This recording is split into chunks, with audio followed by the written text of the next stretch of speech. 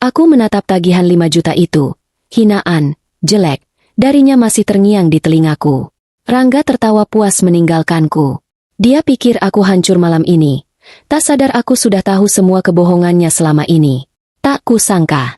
Sebelum ceritanya dimulai, silakan tulis di kolom komentar dari daerah mana saja teman-teman yang menonton cerita ini. Jangan lupa like dan subscribe agar channel ini bisa semakin berkembang dan bisa mempersembahkan cerita yang lebih menarik lagi. Jantungku berdebar kencang, tapi bukan dengan cara yang baik. Seharusnya ini menjadi malam yang sempurna. 2 tahun. Selama 2 tahun aku, Wulan, telah menjadi kekasih Rangga. 2 tahun aku mendengarkan cerita-ceritanya tentang pekerjaan, ambisinya, dan betapa dia ingin membuktikan dirinya di perusahaan konsultan besar tempatnya bekerja. Dan malam ini, akhirnya, adalah malam di mana dia akan mengenalkanku pada rekan-rekan kerjanya. Mereka ini penting, Wulan, katanya seminggu yang lalu. Suaranya terdengar bersemangat lewat telepon. Reza dan Farel, mereka tim inti di proyek besar yang lagi aku pegang. Kalau mereka suka sama kamu, posisiku makin aman. Maka disinilah aku, berdiri di lobi restoran Hotel Bintang 5 di kawasan SCBD Jakarta. Aku telah menghabiskan waktu 2 jam untuk bersiap-siap. Rambutku kusanggul rapi, memperlihatkan anting-anting perak sederhana yang kupinjam dari Fitri. Gaun biru malam yang kubeli saat diskon besar akhir tahun lalu, gaun terbaik yang kumiliki, terasa pas di badan. Aku bahkan memakai sepatu hak tinggi yang biasanya hanya kugunakan untuk acara pernikahan. Antusiasme itu nyata. Aku membayangkan kami akan tertawa, berbagi cerita, dan aku bisa melihat sisi lain dari kehidupan Rangga yang selama ini hanya kudengar lewat cerita. Namun, sejak aku turun dari taksi dan bertemu dengannya di lobi, semuanya terasa salah. Rangga tidak memelukku. Dia bahkan nyaris tidak menatap mataku. Dia hanya melihatku dari atas ke bawah. Bibirnya menipis. Itu, gaun yang kamu pakai? Tanyanya, nadanya datar. Jantungku yang tadi berdebar antusias, kini mulai berdebar karena cemas. Iya. Kenapa? Kamu nggak suka? Bukan gitu. Katanya cepat, terlalu cepat. Cuma, ya sudahlah. Ayo, mereka sudah menunggu. Dia berjalan di depanku, tidak menggandeng tanganku seperti biasanya. Punggungnya terasa kaku dan asing. Restoran itu sendiri sangat mewah. Lantainya marmer mengilap, lampu kristal menggantung rendah, dan setiap meja diterangi cahaya lilin temaram. Para pelayan bergerak nyaris tanpa suara. Aku bisa mencium aroma samar truffle oil dan rosemary. Di meja sudut yang menghadap ke gemerlap lampu kota Jakarta, 2 pria sudah duduk menunggu. Mereka berdua memakai setelan jas mahal yang terlihat jauh lebih pas badan daripada jas yang dikenakan Rangga. Wulan, kenalkan. Ini Reza, ini Farel, kata Rangga. Suaranya dibuat seramah mungkin, tapi matanya tidak tersenyum. Aku mengulurkan tangan. Wulan, senang bertemu kalian. Reza, yang berperawakan lebih besar, menjabat tanganku singkat. Farel, yang lebih kurus dan memakai kacamata, hanya mengangguk kecil sambil tersenyum miring. Suasana di meja itu langsung terasa berat. Rangga yang kukenal adalah pria yang hangat dan banyak bicara, setidaknya saat kami berdua. Rangga yang duduk di depanku malam ini adalah orang asing. Dia dingin, menjaga jarak, dan setiap kali aku mencoba memulai percakapan, dia memotongku. Jadi, Wulan, kamu kerja di mana? Tanya Reza, lebih karena basa-basi. Saya manajer toko retail di salah satu mall di. Dia ngurusin baju, potong Rangga tiba-tiba. Lalu tertawa kecil seolah itu lelucon. Kerjaan santai, kan, sayang? Nggak kayak kita yang otaknya diperas tiap hari. Aku tertegun. Reza dan Farel tersenyum tipis. Oh ya, ngomong-ngomong soal otak diperas, Rangga melanjutkan, memajukan tubuhnya seolah akan membagikan rahasia besar. Proyek di klien baru kita itu gila. Tapi tenang, semua sudah under control. Minggu depan aku presentasi di depan dewan direksi mereka. Kalau ini goal, promosi jadi senior manager udah di tangan. Reza mengangkat gelasnya. Wah, mantap, calon bos besar ini. Mereka bertiga tertawa. Aku hanya bisa memaksakan senyum. Sepanjang makan malam, polanya selalu sama. Rangga akan membual tentang proyek besar, strategi brilian, dan promosi yang akan didapatnya. Dia berbicara tentang meeting di Singapura, tentang bonus akhir tahun yang katanya akan mencapai 9 digit, dan tentang bagaimana dia adalah anak emas di kantor.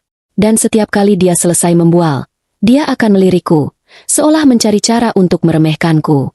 Wulan ini orangnya sederhana, katanya pada satu titik, sambil menunjuk gaunku.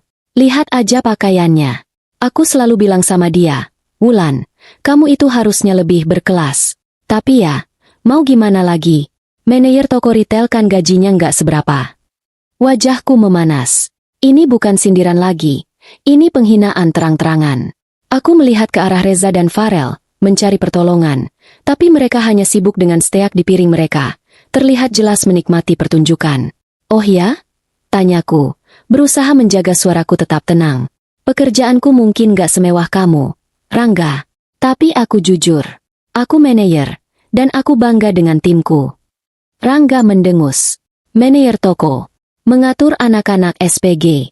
Hebat sekali. Rasanya seperti ada yang menamparku. 2 tahun. Aku mendukungnya saat dia mengeluh gajinya kecil. Aku mentraktirnya makan saat dia bilang dompetnya ketinggalan. Aku memijat bahunya saat dia bilang pekerjaannya stressful. Dan ini balasannya? Makanan pembuka datang. Foie gras dan escargot. Makanan utama datang. Wagyu dan lobster. Semuanya terasa seperti abu di mulutku. Aku hanya diam, menahan air mata, menghitung detik sampai malam ini berakhir. Puncaknya datang saat hidangan penutup selesai disantap. Seorang pelayan datang membawa map kulit berisi tagihan. Rangga melirik tagihan itu, lalu tersenyum lebar. Senyum yang membuatku mual. Dia mendorong map itu melintasi meja, tepat ke arahku. Jujur, Wulan, katanya. Suaranya tiba-tiba menjadi keras. Cukup keras untuk didengar meja sebelah. Aku rasa kita nggak cocok. Duniaku berhenti berputar. Lihat aja penampilanmu malam ini. Sederhana, norak. Aku malu. Tahu nggak? Aku bisa merasakan tatapan Reza dan Farel padaku. Aku ini lagi di puncak karir. Aku butuh pasangan yang selevel, yang bisa kubawa ke acara-acara besar. Bukan cewek kayak kamu, yang mikirin diskon baju. Air mataku mulai menggenang. Rangga, apa maksudmu? Dia tertawa. Tawa yang kering dan jahat. Maksudku, kita putus. Dan sebagai hadiah perpisahan, anggap aja ini pelajaran. Dia menunjuk map tagihan. Cewek sepertimu harusnya bersyukur aku mau pacari selama 2 tahun. Rangga berdiri. Dia merapikan jasnya. Reza dan Farel ikut berdiri, masih dengan senyum mengejek di wajah mereka. Ayo, bro, kita lanjut round 2 di lounge, kata Rangga pada teman-temannya. Seolah aku tidak ada di sana. Mereka bertiga berjalan pergi, tertawa terbahak-bahak. Aku ditinggal sendirian di meja. Hening. Restoran yang tadi ramai tiba-tiba terasa senyap. Seorang pelayan mendekat dengan hati-hati. Maaf, Mbak. Tagihannya. Aku membuka map itu dengan tangan gemetar. Mataku membelalak. 5.200.000 rupiah. Napasku tercekat. Itu hampir 2 kali lipat uang sewa apartemenku. Aku menelan ludah, berusaha mengusir rasa panik. Aku menarik kartu debitku. Satu-satunya kartu yang kumiliki. Bisa, Mbak, kataku pada pelayan. Suaraku nyaris tak terdengar. Aku memasukkan PIN. Aku berdoa dalam hati. Dan aku melihat notifikasi di ponselku. Saldo tabunganku terkuras habis. Aku berjalan keluar dari restoran itu dengan kaki lemas. Udara malam Jakarta yang panas dan berpolusi terasa menampar wajahku. Hinaan Rangga, tawa teman-temannya, dan angka 5 juta itu berputar-putar di kepalaku. Saat taksi online yang kupesan akhirnya tiba, aku baru bisa menangis. Perjalanan dari SCBD ke apartemen studioku di kawasan Depok terasa seperti selamanya. Lampu-lampu gedung pencakar langit Jakarta yang biasanya kuanggap indah, malam ini terlihat buram di balik air mataku. Sopir taksi sepertinya menyadari aku sedang terguncang. Dia menyalakan radio dengan volume pelan dan tidak mengajakku bicara. Seluruh tubuhku gemetar, campuran antara amarah, malu, dan rasa sakit hati yang mendalam. Bagaimana bisa Rangga melakukan ini? 2 tahun hubungan kami. Apakah tidak ada artinya sama sekali? Cewek sepertimu harusnya bersyukur. Penampilanmu norak. Manajer toko retail.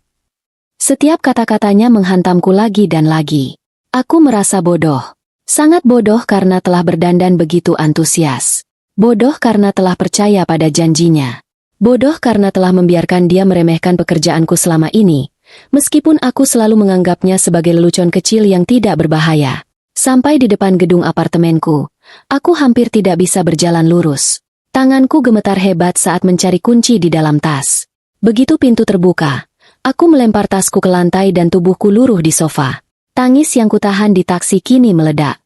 Aku menangis terisak-isak, memeluk bantalan sofa, merasa begitu kecil dan hina.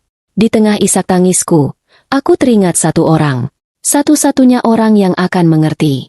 Aku meraih ponselku. Jari-jariku kesulitan menekan layar. Fitri. Telepon berdering 2 kali. Wulan? Kenapa? Wul? Suara lo nangis.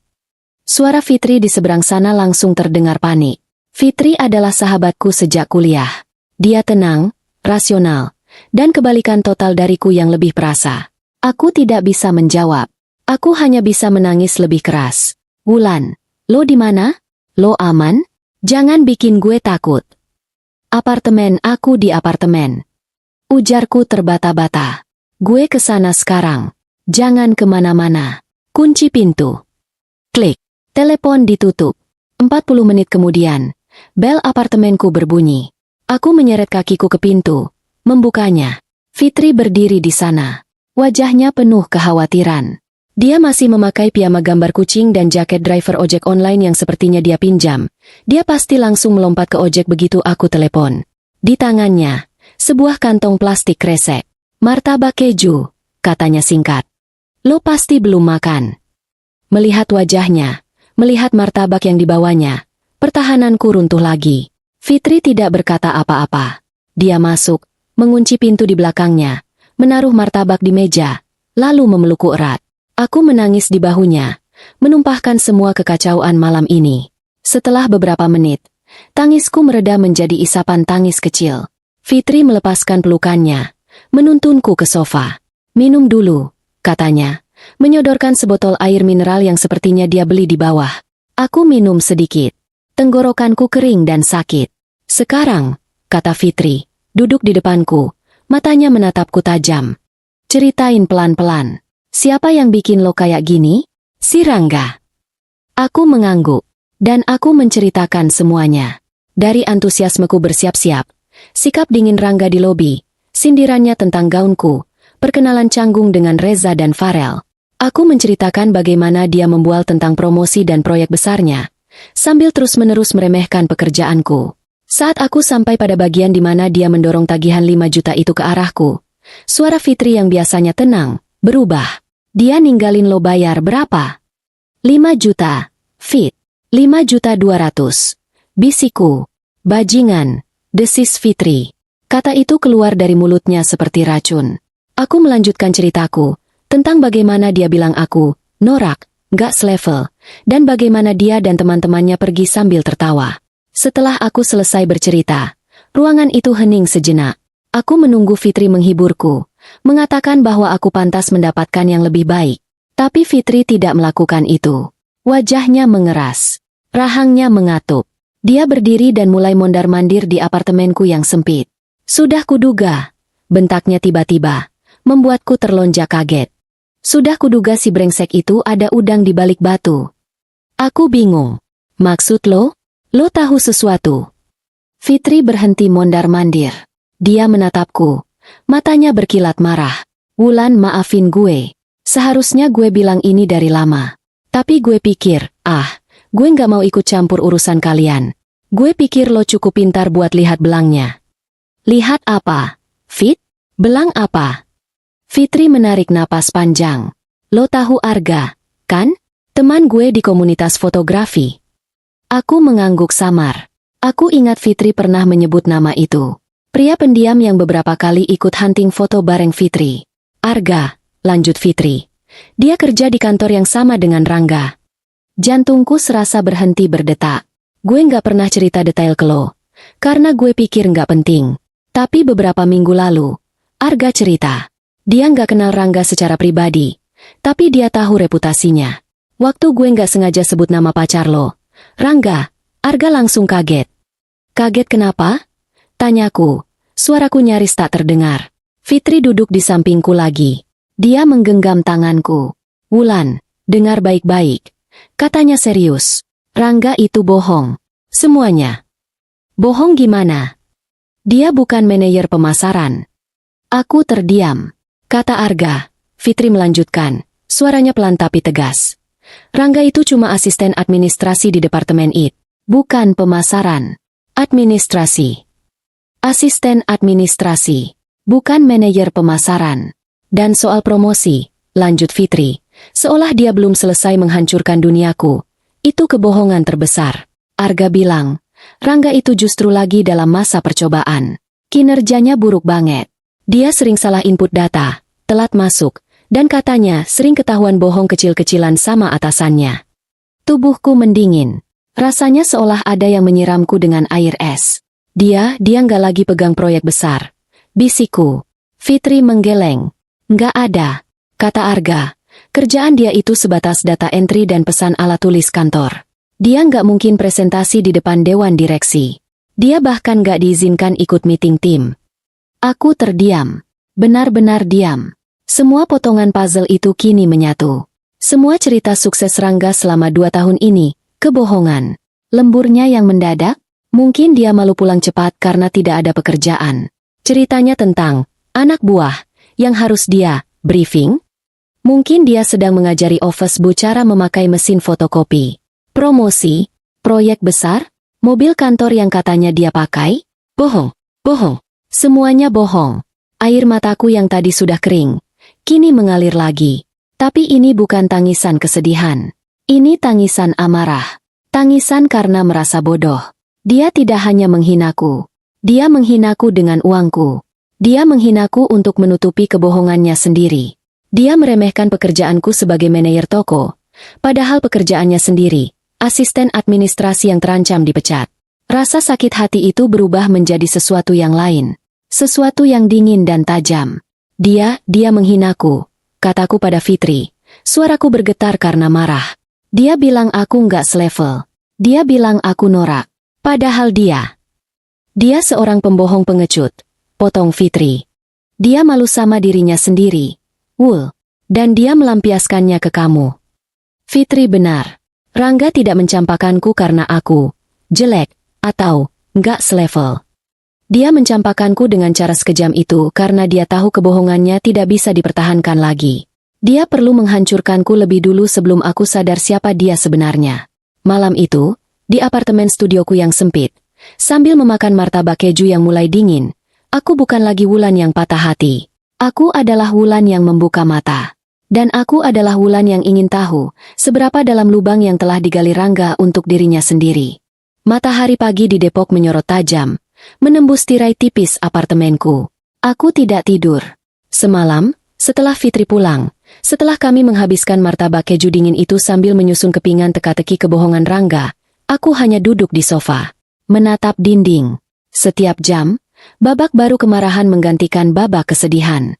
Jam 3 pagi, aku marah pada diriku sendiri. Bagaimana aku bisa sebodoh itu? Aku, seorang manajer toko yang setiap hari berurusan dengan berbagai macam karakter pelanggan, yang bisa mencium kebohongan stafku hanya dari gerak-gerik mata mereka, bisa ditipu mentah-mentah selama 2 tahun?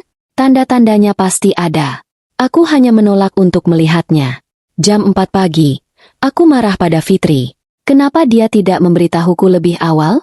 Tapi kemarahan itu cepat reda. Ini bukan salahnya. Aku tahu Fitri. Dia menghargai hubunganku. Dia tidak mau menjadi perusak. Dia memberitahuku begitu dia tahu aku dalam masalah. Jam 5 pagi, kemarahan itu terfokus. Seperti sinar laser. Tertuju lurus pada Rangga. Aku teringat semua hal. Semua lembur palsunya. Semua cerita, klien besar, yang terdengar samar. Semua penjelasannya yang berbelit-belit mengapa aku tidak pernah bisa datang ke kantornya. Peraturannya ketat. Sayang, katanya dulu. Nggak boleh ada orang luar masuk area kerja. Sekarang aku tahu. Dia bukan tidak boleh. Dia malu. Dia malu menunjukkan meja kerjanya yang mungkin berantakan sebagai asisten administrasi. Setelah dia membual padaku bahwa dia adalah manajer. Dan uang 5 juta itu bukan hanya penghinaan. Itu adalah sebuah tindakan putus asa. Dia pasti terancam dipecat. Seperti kata Fitri. Dia mungkin tidak punya uang sepeser pun. Dia sengaja membawaku ke restoran mahal, Mungkin menggunakan kartu kredit yang sudah over limit, dengan satu tujuan, membuatku membayar tagihan terbesar sebagai hukuman terakhir sebelum dia menghilang. Dia perlu membuatku terlihat jelek dan tidak selevel, agar dia bisa merasa lebih baik tentang dirinya yang menyedihkan. Getaran ponsel di meja membuyarkanku dari lamunan. Aku tersentak. Selama sepersekian detik, jantungku menciut. Jangan-jangan Rangga menelepon untuk menghina lagi? Atau, lebih buruk, menelepon untuk meminjam uang? Aku meraih ponsel. Layarnya retak di sudut. Peninggalan saat aku menjatuhkannya bulan lalu. Nomor tak dikenal. Sebuah pesan WhatsApp. Selamat pagi, Mbak Wulan. Maaf mengganggu. Saya Arga, temannya Fitri. Saya dengar apa yang terjadi di restoran semalam.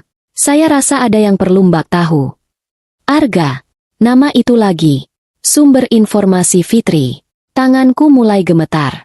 Fitri sudah memberiku gambaran besarnya. Tapi pria ini adalah saksi mata dari kebohongan Rangga di kantor. Ponselku bergetar lagi. Pesan dari Fitri. Wul, Arga barusan nyewa gue. Dia mau ngomong sama lo. Dia merasa bersalah nggak ngomong dari dulu. Please, temui dia. Lo perlu dengar ini langsung dari dia. Aku menarik napas panjang. Sebagian dari diriku ingin meringkuk di bawah selimut dan tidak pernah keluar lagi.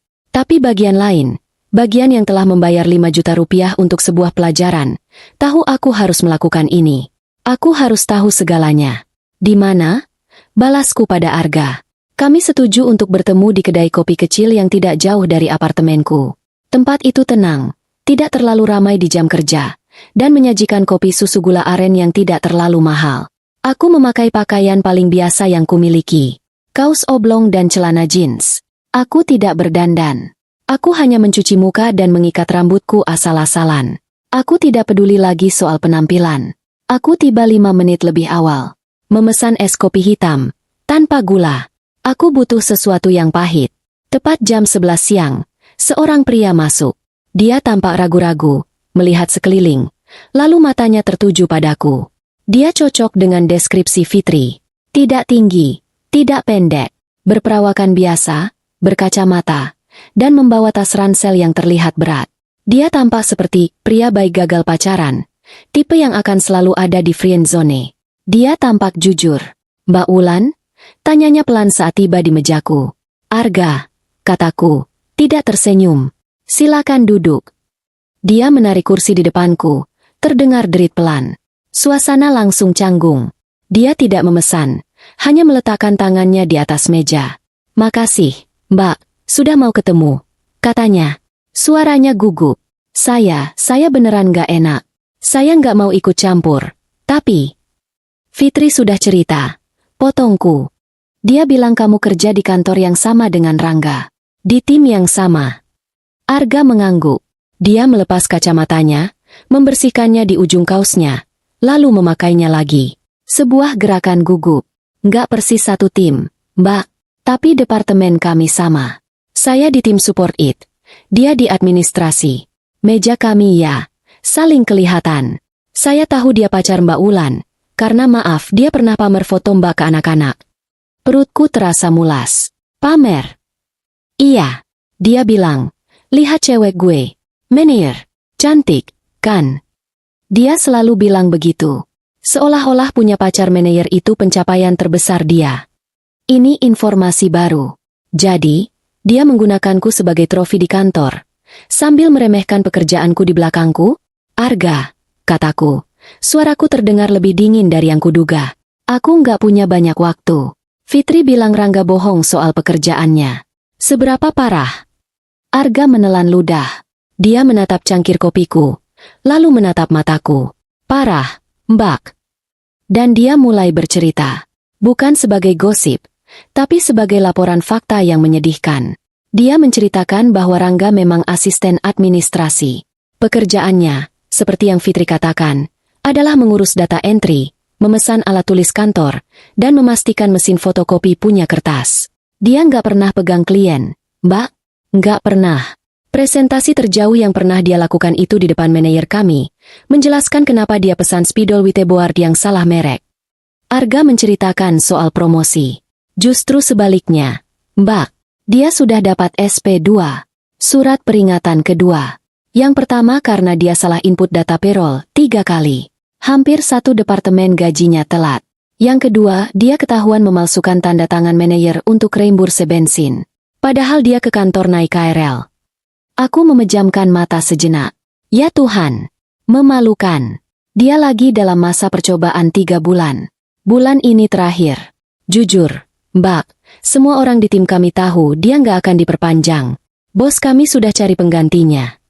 Jadi, dia akan segera menjadi pengangguran. Restoran mewah, tagihan 5 juta. Hinaan itu. Semua masuk akal sekarang. Dia meledak. Dia tahu dunianya akan runtuh. Dan dia memutuskan untuk membawaku bersamanya.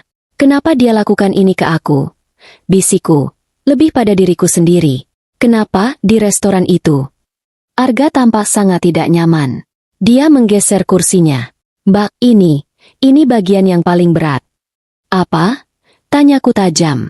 Apa lagi? Saya nggak sengaja dengar dia tadi pagi. Di pantry. Jantungku berhenti berdetak. Tadi pagi, dia datang ke kantor. Tumben sekali. Jam 9 pagi dia sudah di sana. Biasanya dia baru muncul jam 10. Arga bercerita. Suaranya pelan. Dia datang bukan sendirian. Sama 2 pria yang dandanannya necis. Kayaknya bukan orang kantor kami. Mungkin teman-temannya. Reza dan Farel. Saya lagi bikin kopi di pojok pantry. Mereka nggak lihat saya. Mereka masuk sambil tertawa-tawa keras. Arga menarik napas. Si Rangga bilang, "Gila, kalian harusnya lihat muka si Wulan semalam. Kayak ikan kehabisan air." Syok berat dia. Suaranya dibuat-buat, menirukan Rangga. Napasku tercekat. Terus, lanjut Arga. Temannya yang satu, yang lebih kurus, bilang, "Lo gila, gak? Lo beneran tinggalin dia bayar 5 juta?" Arga menatapku dengan tatapan kasihan. Terus Rangga ketawa. "Mbak," ketawa keras sekali. Dia bilang, "Iyalah, anggap aja biaya pesangon jadi mantan pacar asisten administrasi." Hahaha. Aku bisa membayangkan tawa itu. Tawa angkuh yang sering kudengar saat dia meremehkan orang lain. Temannya yang satu lagi nanya. Arga melanjutkan. "Terus lo nggak takut dia ngamuk? Nyari lo ke kantor." Dan Rangga dia bilang, "Ngamuk apa? Cewek kayak Wulan itu gampang. Paling sekarang lagi nangis-nangis di apartemennya. Jelek, miskin, gampang dibodohi pula. Mana berani dia ngapa-ngapain? Lagian gue udah muak sama dia. Nggak selevel. Bikin malu aja diajak ketemu kalian semalam." Kata-kata itu menusuk lebih tajam daripada pisau. Jelek, sin, gampang dibodohi. Dia bilang dia putusin saya karena saya bikin malu dia di depan teman-temannya. Tanyaku, suaraku bergetar. "Iya, Mbak," dia bilang. "Untung gue putusin duluan. Sebelum dia banyak nanya soal kerjaan. Habis ini, gue cari yang kaya beneran. Yang bisa jadi ATM gue. Nggak cuma jadi manajer toko receh." Aku berdiri. Arga kaget. "Mbak Wulan, Mbak mau kemana?" Aku menaruh selembar uang 50 ribuan di meja. "Buat kopi kamu." Aku menatap Arga. Pria ini tidak punya salah apa-apa. Dia hanya pembawa pesan. "Arga," kataku, dan suaraku kini tidak lagi bergetar. Suaraku tenang, dingin. Makasih sudah jujur. Info ini sangat berharga." "Mbak Wulan gak apa-apa?" tanyanya. Wajahnya penuh kekhawatiran tulus. "Mbak, jangan lakuin hal nekat." Aku tersenyum. Senyum yang mungkin terlihat menakutkan, karena Arga sedikit tersentak. "Aku nggak apa-apa. Arga, aku jauh lebih baik dari sebelumnya. Aku tahu persis apa yang harus aku lakukan." Aku berjalan keluar dari kedai kopi itu, meninggalkan Arga yang menatapku bingung. Matahari siang itu terasa hangat di kulitku. Kemarahan tadi telah menguap. Yang tersisa adalah ketenangan yang aneh. Rangga telah menulis skenarionya. Dia pikir aku akan menangis. Dia pikir aku gampang dibodohi. Dia pikir aku akan diam. Dia salah. Dia salah besar. Beberapa hari berikutnya berlalu dalam kabut. Bukan kabut kesedihan, tapi kabut fokus yang pekat. Aku pergi bekerja seperti biasa. Aku memimpin briefing pagi dengan timku di toko. Aku tersenyum pada pelanggan. Aku memeriksa inventaris. Aku menangani keluhan pelanggan soal kancing yang lepas. Aku berfungsi. Tapi di dalam, aku adalah orang yang berbeda. Setiap kali aku melihat diskon, beli satu gratis satu, aku teringat tagihan 5 juta. Setiap kali ada pelanggan pria yang membual pada pasangannya, aku teringat Rangga. Aku melakukan hal pertama yang seharusnya kulakukan. Aku memblokir nomornya. WhatsApp, telepon, SMS. Aku membuka Instagram, mencari akunnya. Aku memblokirnya. Aku membuka Facebook. Aku memblokirnya. Aku memblokir Reza. Aku memblokir Farel. Aku menghapus setiap foto kami berdua dari ponselku. Ribuan foto. 2 tahun kenangan. Aku menghapusnya tanpa air mata. Rasanya seperti membersihkan sampah.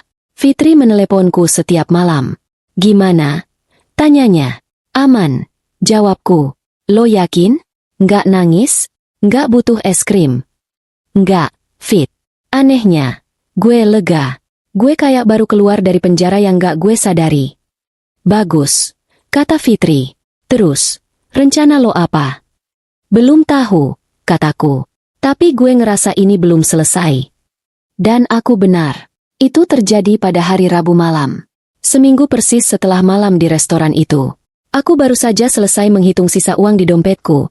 Mencoba mencari cara agar bisa bertahan hidup sampai gajian dengan sisa tabungan yang hanya beberapa ratus ribu rupiah. Aku sedang makan mie instan rasa kari ayam. Makanan muahku di tanggal tua yang datang terlalu cepat ini. Ponselku berdering. Layar menyala.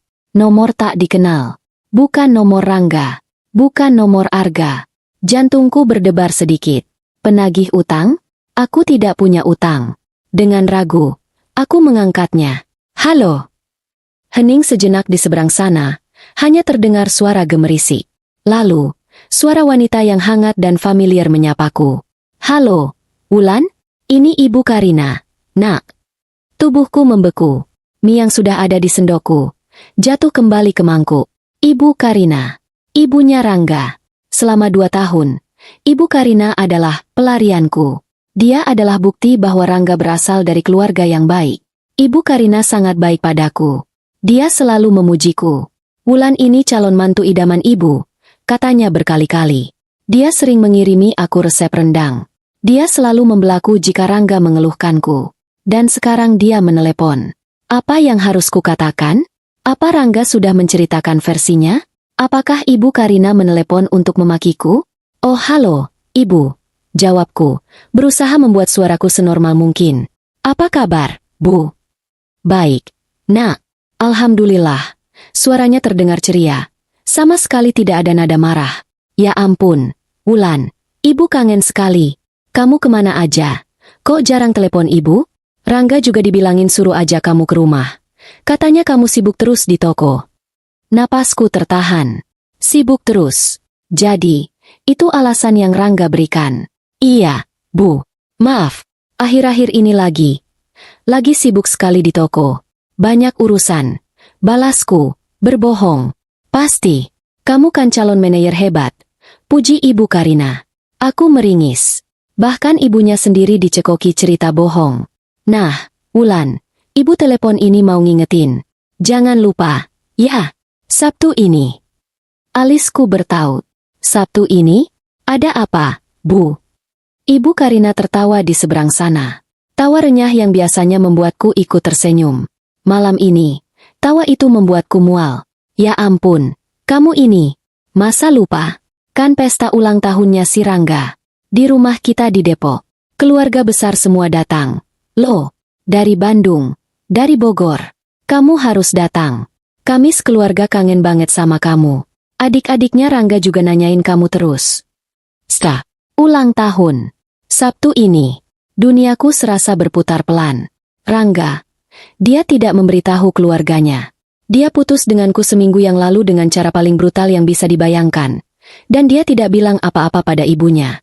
Dia membiarkan ibunya percaya kami masih bersama. Ibu. Aku memulai. Suaraku serak. Tia. SST.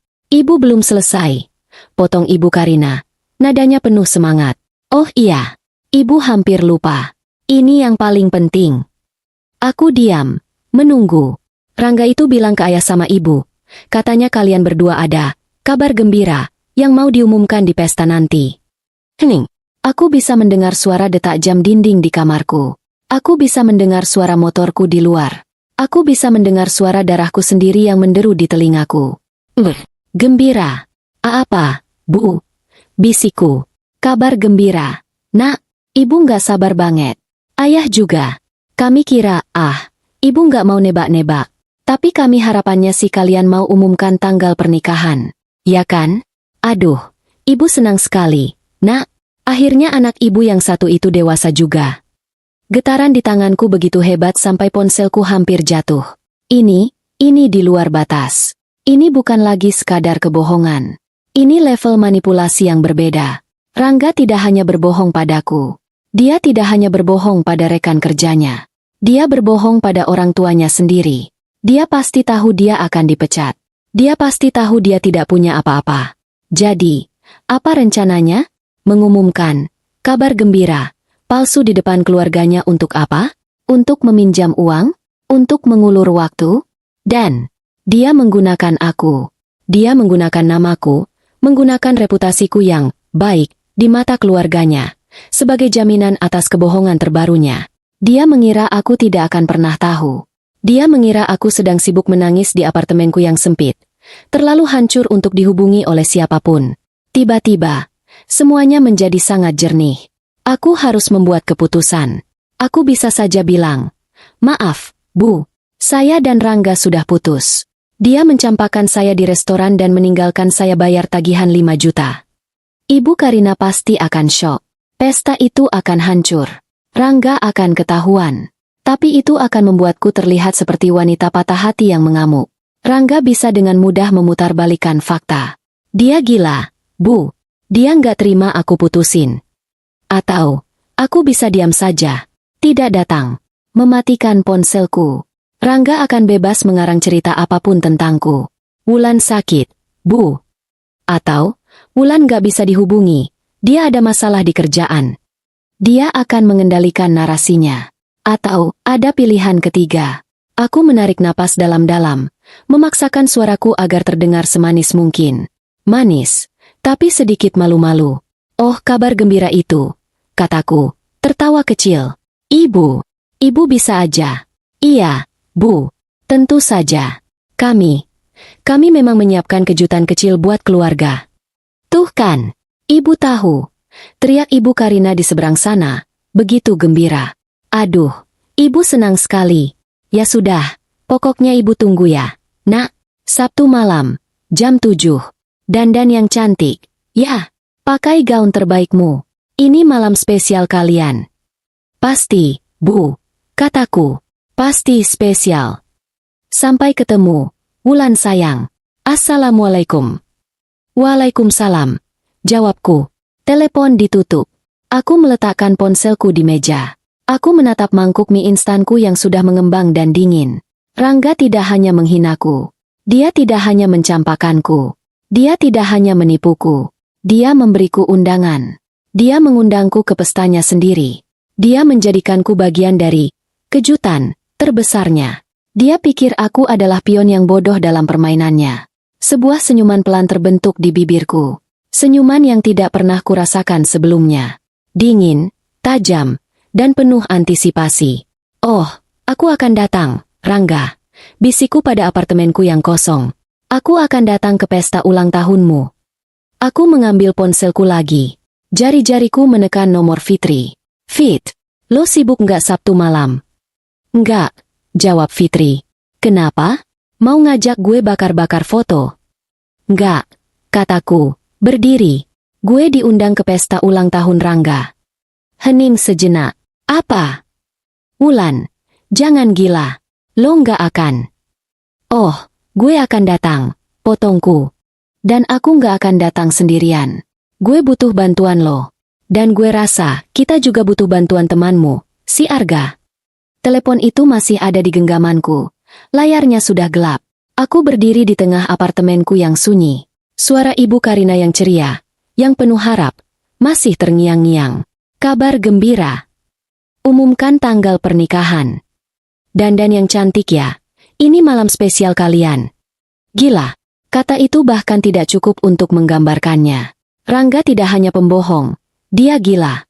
Dia membangun istana pasir di atas pondasi kebohongan, dan sekarang dia berencana mengadakan pesta besar di dalamnya, tepat sebelum ombak datang menghancurkannya. Dan dia menyeretku untuk menjadi ratu di istana pasirnya. Dia pikir aku akan terlalu hancur, terlalu bodoh, terlalu jelek dan miskin untuk menyadarinya.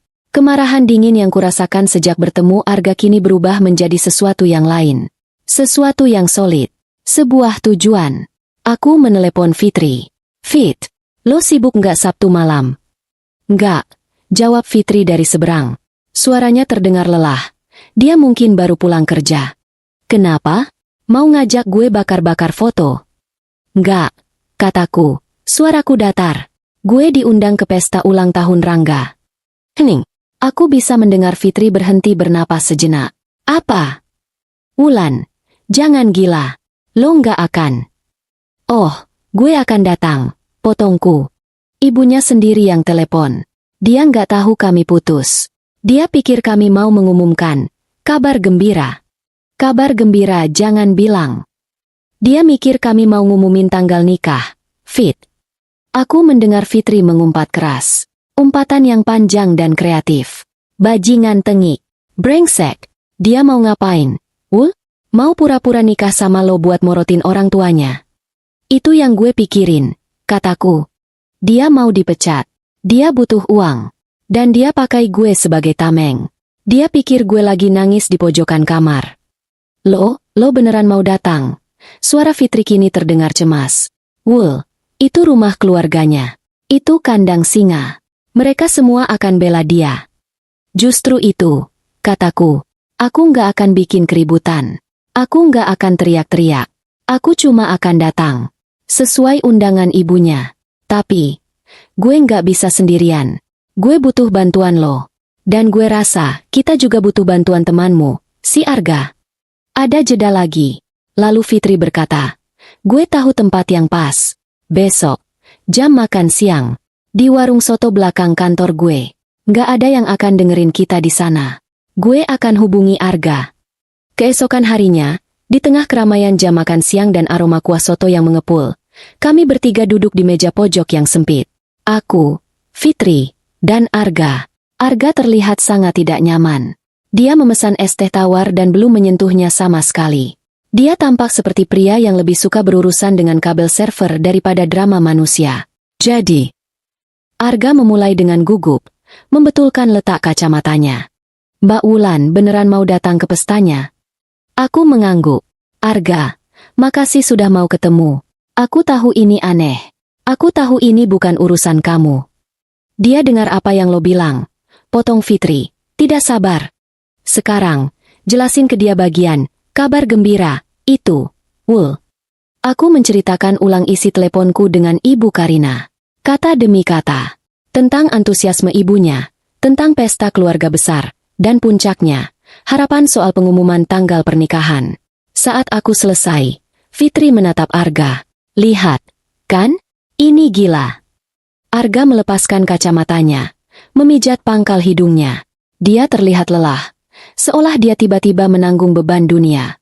Ya Tuhan, bisiknya. Dia benar-benar nekat.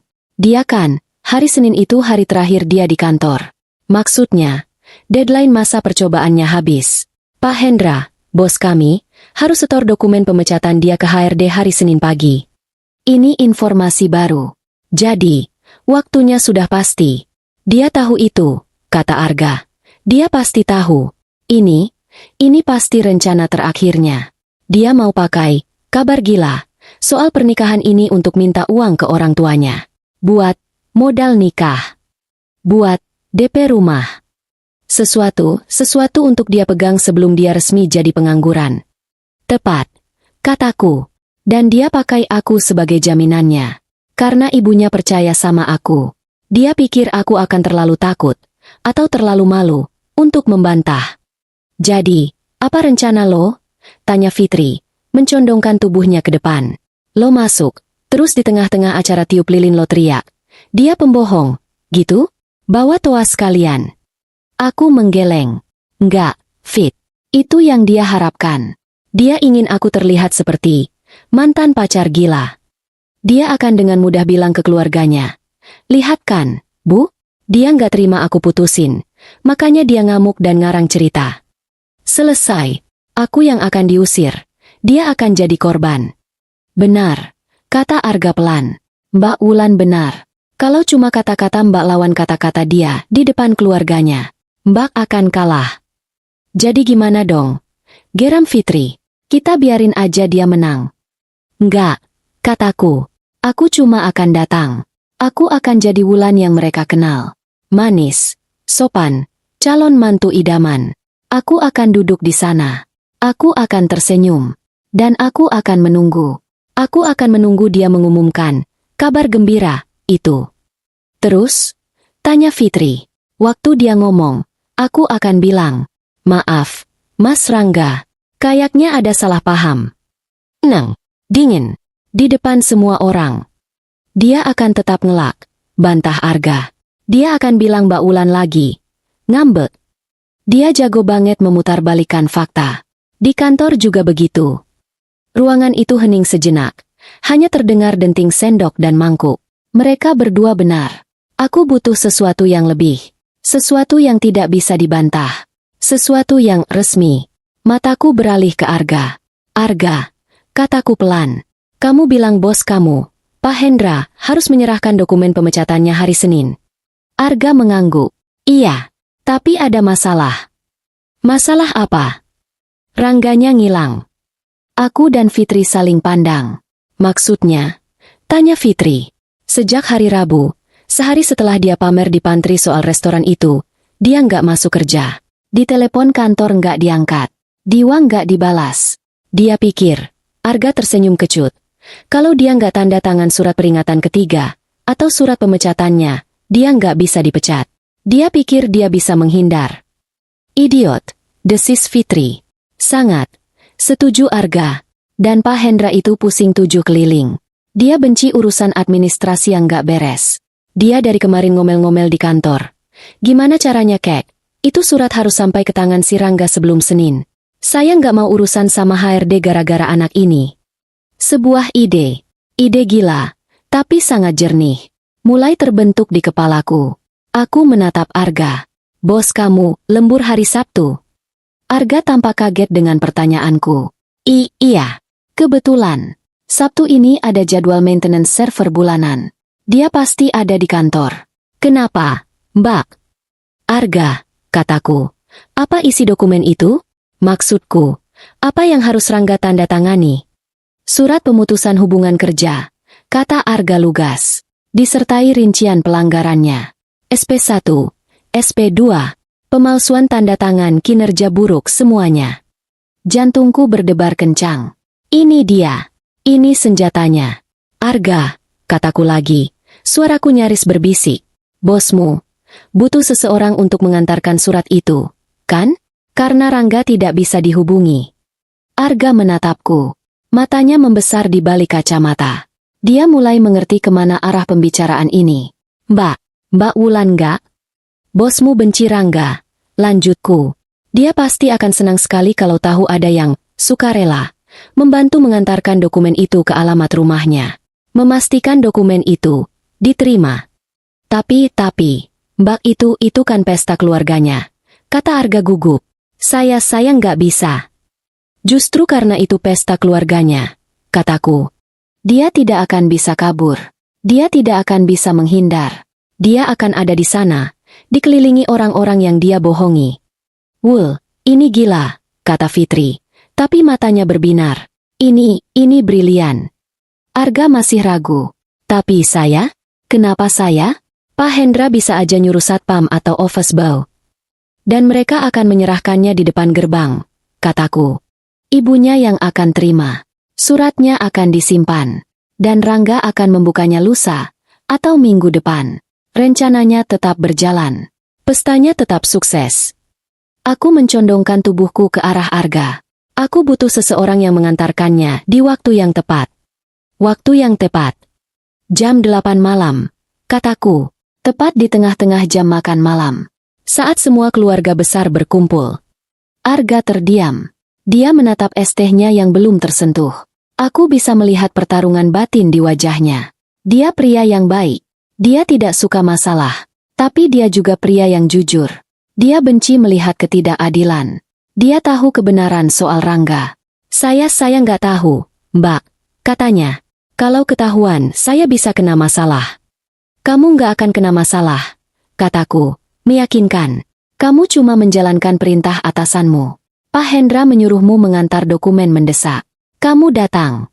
Kamu menyerahkannya. Kamu tidak tahu apa-apa soal pesta. Kamu hanya tahu ini alamat yang terdaftar di HRD. Kamu hanya seorang rekan kerja yang patuh. Arga menatapku lama. Lalu dia menatap Fitri. Fitri mengangguk sekali. Pelan. Lakuin ini. Gak. Bukan buat Wulan. Bukan buat balas dendam. Tapi buat kebenaran. Orang kayak Rangga nggak boleh dibiarin menang. Arga menarik napas panjang. Dia mengembuskannya perlahan. Baik. Katanya. Saya akan bicara sama Pak Hendra. Saya akan bilang, saya nggak sengaja tahu alamat rumah orang tua Rangga. Dan saya bersedia mengantarkan dokumen itu setelah saya selesai lembur maintenance. Dia menatapku. Jam 8. Pesta di Depok, kan? Aku mengangguk. Ya, Depok. Saya akan ke sana, katanya. Tapi, Mbak Wulan setelah itu saya permisi. Saya nggak mau terlibat dalam drama keluarganya. Kamu nggak perlu, kataku. Kamu hanya pengantar pesan. Kamu antarkan suratnya. Tugasmu selesai. Rencana itu terbentuk. Fitri akan menjadi tim pendukung. Dia akan mengantarku. Tapi tidak ikut masuk. Dia akan menunggu di kafe terdekat. Siap siaga kalau aku butuh dievakuasi. Aku akan menjadi tamu kehormatan. Dan Arga akan menjadi tamu tak diundang yang membawa kabar gembira yang sesungguhnya. Mata Wulan berbinar. Bukan, mataku tidak berbinar. Mataku dingin dan fokus. Oke, kataku, sambil mengambil tasku. Rencana kita sudah ada. Sekarang, aku harus cari baju. Fitri menatapku bingung. Baju? Lo mau beli baju baru? Aku tersenyum tipis. Enggak, aku sudah punya baju yang sempurna. Sabtu malam, pukul 6:30. Aku berdiri di depan cermin di apartemenku. Jantungku berdebar. Tapi bukan karena gugup atau takut. Ini adalah debaran yang tenang. Seperti detak drum yang stabil sebelum pertempuran. Aku memakai gaun itu. Gaun biru dongker sederhana bahan katun linen. Panjangnya sedikit di bawah lutut. Tanpa payet, tanpa belahan, tanpa hiasan apa-apa. Gaun yang kubeli 2 tahun lalu seharga Rp150.000 saat diskon cuci gudang. Gaun yang sama, yang di malam itu, Rangga cemooh sebagai terlalu biasa dan norak. Malam ini, gaun itu terasa seperti baju zirah. Rambutku kugerai sederhana. Riasanku tipis. Aku hanya memakai lip balm dan sedikit perona pipi agar tidak terlihat pucat. Aku tidak ingin terlihat mencoba. Aku ingin terlihat persis seperti Wulan yang mereka kenal. Sederhana, biasa, tidak mengancam. Ponselku bergetar. Pesan dari Fitri. Di bawah. Siap. Panglima. Aku tersenyum. Aku mengambil tas selempang kecilku, memasukkan ponsel, dompet, yang isinya tinggal beberapa lembar uang, dan kunci apartemen. Perjalanan dari apartemenku ke alamat rumah orang tua Rangga di Depok memakan waktu 30 menit. Jalanan cukup ramai untuk Sabtu malam. Fitri menyetir mobilnya dengan tenang. Radio menyiarkan lagu-lagu pop yang melankolis. Lo yakin 100%, Wul? Tanya Fitri. Matanya tidak lepas dari jalanan. Kita masih bisa putar balik. Serius. Kita bisa ke puncak. Makan jagung bakar. Lupakan si brengsek itu. Aku menoleh menatapnya. Sahabatku itu terlihat lebih tegang daripadaku. Gue harus lakuin ini, Fit. Kataku pelan. Bukan buat balas dendam. Bukan buat bikin dia malu. Terus buat apa? Buat ibunya. Buat bapaknya. Mereka orang baik. Mereka nggak pantas terus-menerus dibohongi sama anak mereka sendiri. Dan buat aku nggak akan membiarkan dia pergi dengan narasi bahwa aku yang jelek dan gampang dibodohi. Aku harus menutup buku ini dengan cara yang benar. Fitri menghela napas. Oke, Ratu Kebenaran. Gue ngerti. Dia menepikan mobilnya sekitar 100 meter dari sebuah gerbang tinggi. Gue tunggu di kafe 24 jam di pertigaan jalan raya. Ya, sesuai rencana. Telepon gue begitu lo selesai. Atau kalau keadaan darurat, gue akan langsung tancap gas ke sini. Gue nggak peduli harus nabrak gerbangnya. Aku tertawa kecil. Makasih, Fit. Lo terbaik. Hati-hati, Wul. Aku keluar dari mobil. Udara malam itu terasa sejuk. Aku berjalan sendirian di jalanan komplek yang sepi dan mewah. Rumah-rumah di sini besar, dengan pilar-pilar tinggi dan taman yang terawat. Dan disinilah aku. Di depan gerbang hitam besar rumah keluarga Damar. Rumah itu hidup. Lampu-lampu taman menyala terang, menerangi dua mobil, Pajero dan Alphard, yang terparkir di carport. Aku bisa mendengar suara tawa dan obrolan riuh rendah dari dalam. Ini bukan pesta kecil. Ini pesta besar. Aku menekan bel. Hening sejenak. Lalu terdengar suara interkom. Iya, cari siapa? Wulan, tante, kataku. Ya ampun, Wulan. Masuk. Nak, nggak dikunci. Gerbang kecil di samping gerbang utama berderi terbuka. Aku menarik napas sekali, lalu melangkah masuk. Taman itu indah, dihiasi lampu-lampu tumbler. Ada beberapa meja bundar dengan taplak putih. Prasmanan catering sudah tertata rapi di satu sisi. Puluhan orang, kerabat, keluarga, berkumpul, mengobrol, tertawa. Dan di pintu depan, berdiri Ibu Karina. Dia memakai gamis brokat berwarna peach yang mewah. Begitu melihatku, wajahnya berseri sihir. Wulan, sayang, serunya. Suaranya mengalahkan musik instrumental yang mengalun pelan. Semua obrolan berhenti. Puluhan pasang mata menoleh ke arahku. Ibu Karina setengah berlari dan langsung memelukku erat. Ya Tuhan, nak, ibu kira kamu nggak jadi datang. Kamu cantik sekali malam ini. Aku membalas pelukannya. Maaf telat, Bu. Tadi di jalan sedikit macet. Nggak apa-apa, nggak apa-apa. Yang penting kamu di sini. Dia melepaskan pelukannya, tapi tangannya masih memegang bahuku. Ayo, ayo, ayah juga udah nungguin. Dia menggandengku masuk, membawaku melewati kerumunan. Aku tersenyum sopan pada wajah-wajah asing yang balas tersenyum padaku. Ini loh, Wulan, calonnya Rangga. Ibu Karina memperkenalkanku dengan bangga ke setiap orang yang kami lewati. Aku merasa seperti domba yang diantar ke altar. Dan kemudian, aku melihatnya. Rangga. Dia berdiri di dekat kolam renang kecil di taman belakang, dikelilingi oleh sepupu-sepupunya. Dia sedang tertawa terbahak-bahak, memegang gelas minuman. Dia terlihat seperti raja di istananya. Dia memakai kemeja batik sutra yang terlihat mahal. Rambutnya ditata rapi dengan pomade. Dia tidak melihatku. Rangga, teriak Ibu Karina. Lihat siapa yang datang. Tawanya berhenti di tengah jalan. Dia menoleh, dan dia melihatku. Waktu seolah berhenti. Aku akan mengingat ekspresi wajahnya seumur hidupku. Senyumnya yang lebar membeku. Lalu luruh. Warna kulitnya, yang tadi bersemu karena tawa, berubah pucat pasi. Sepucat kertas. Gelas di tangannya bergetar hebat, membuat es batu di dalamnya berdenting pelan.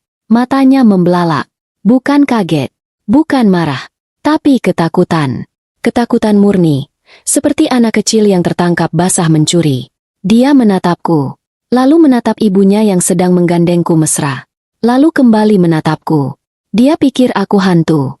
Ibu Karina, yang tidak menyadari apa-apa, terus menarikku mendekat. Kamu ini gimana sih, Rangga? Pacarnya datang kok malah bengong. Rangga tidak bergerak. Dia seperti patung. Akhirnya, dia berhasil menggerakkan kakinya. Dia berjalan ke arahku. Langkahnya kaku. Dia berhenti tepat di depanku. Kerumunan masih memperhatikan kami. Ibu Karina masih tersenyum di sampingku. Rangga mencondongkan tubuhnya, berpura-pura akan menyambutku, tapi sebaliknya dia berbisik. Desisan penuh amarah dan ketakutan. Kamu ngapain di sini? Napasnya berbau minuman. Aku menatap matanya. Mata yang sama yang menatapku dengan jijik di restoran itu. Aku tersenyum. Senyum termanis yang bisa kuberikan. Ngapain, Mas? Tanyaku. Suaraku terdengar ringan dan riang. Lalu, aku sengaja mengeraskan suaraku.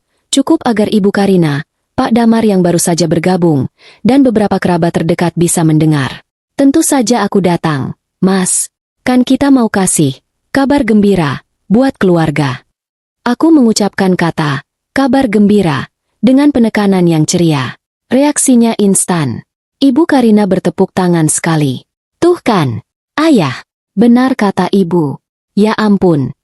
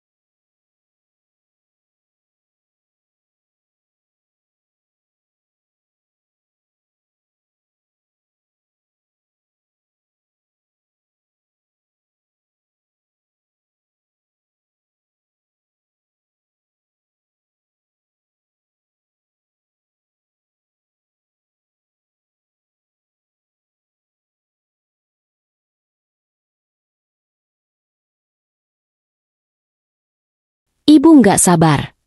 Pak Damar, yang berdiri di samping istrinya, tersenyum tipis. Senyum bangga. Akhirnya, Rangga, kamu berani juga. Ayah kira kamu cuma main-main saja. Seluruh perhatian kini tertuju pada kami berdua. Pasangan serasi yang akan mengumumkan kabar bahagia. Rangga menatapku. Matanya memohon. Wulan jangan. bisiknya lagi. Tapi terlambat. Dia menoleh ke ibunya, ke ayahnya, lalu ke seluruh keluarga yang menatapnya penuh harap. Wajahnya kini bukan hanya pucat. Wajahnya berwarna hijau. Dia terlihat seperti ingin pingsan. Aku melepaskan diri dari gandengan Ibu Karina dengan sopan. Aku melangkah melewati Rangga yang masih membeku. Maaf, Bu, Pak. Saya sapa Om dan Tante yang lain dulu. Ya, kataku sambil tersenyum. Saya kangen banget sama opor buatan Tante Rini. Aku berjalan melewatinya, meninggalkan dia sendirian di tengah lingkaran perhatian. Dia terjebak. Dia tidak bisa membatalkannya tanpa membuat keributan. Dia tidak bisa mengusirku. Dia tahu, saat itu juga, bahwa malam ini tidak akan berjalan sesuai rencananya. Malam spesialnya baru saja dimulai. Setengah jam berikutnya terasa seperti pertunjukan teater yang absurd. Aku benar-benar menjalankan peranku. Aku menyapa Tante Rini dan memuji opornya. Aku mengobrol ringan dengan adik perempuan Rangga, Dira, tentang kuliahnya. Aku tersenyum. Aku mengangguk. Aku menjadi Wulan yang mereka semua kenal dan sukai. Dan selama setengah jam itu, aku bisa merasakan mata Rangga terpaku padaku. Dia tidak pernah jauh. Dia mengikutiku seperti bayangan yang ketakutan. Setiap kali aku tertawa ringan mendengar lelucon sepupunya, aku bisa melihatnya menegang di sudut ruangan. Setiap kali aku menerima piring kue dari ibunya, aku bisa melihat rahangnya mengatup. Dia mencoba beberapa kali untuk mendekatiku saat aku sendirian. Sekali di dekat meja prasmanan, dia menyusulku. Wulan, kita perlu bicara, desisnya. Suaranya rendah dan penuh ancaman. Aku berbalik, tersenyum lebar seolah dia baru saja mengatakan hal terlucu di dunia. Bicara apa, Mas? Aduh, rendangnya kelihatan enak banget. Aku mengambil piring, sengaja mengabaikannya. Beberapa kerabat di dekat kami melihat interaksi itu. Rangga tidak bisa berbuat apa-apa selain tersenyum kaku dan mundur. Dia terjebak. Aku adalah tamu undangan resmi ibunya. Aku adalah calon mantu, kesayangan.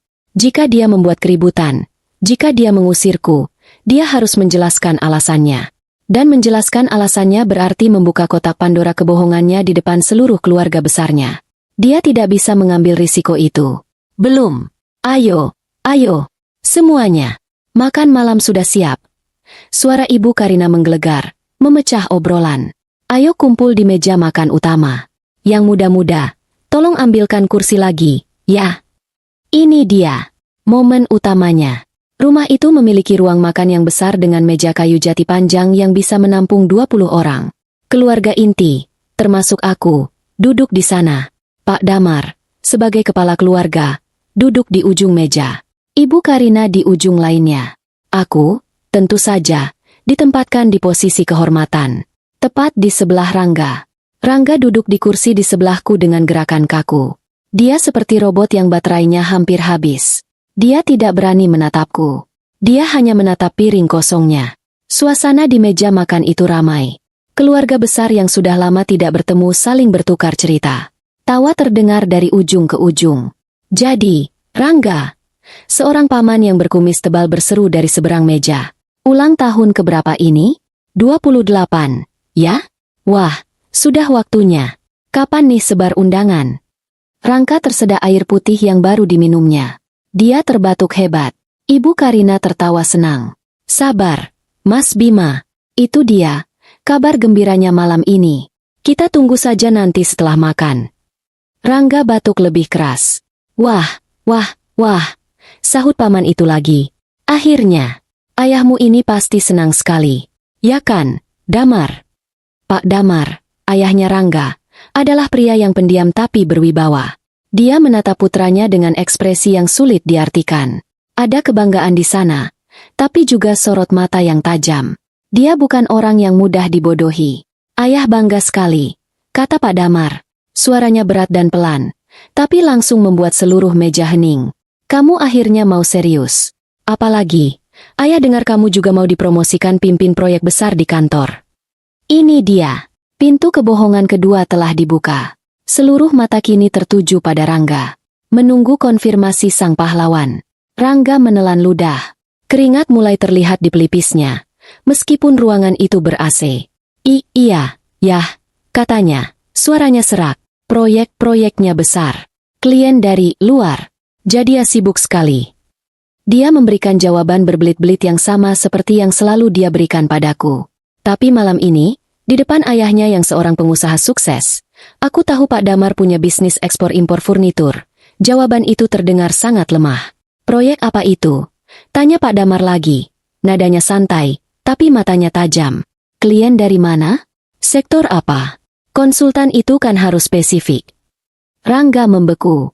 Dia jelas tidak siap untuk pertanyaan teknis. Dia terbiasa membual padaku, manajer toko, yang tidak tahu apa-apa soal dunia konsultan. Dia tidak terbiasa ditanyai oleh ayahnya. Sektor manufaktur. Yah, dari Jerman.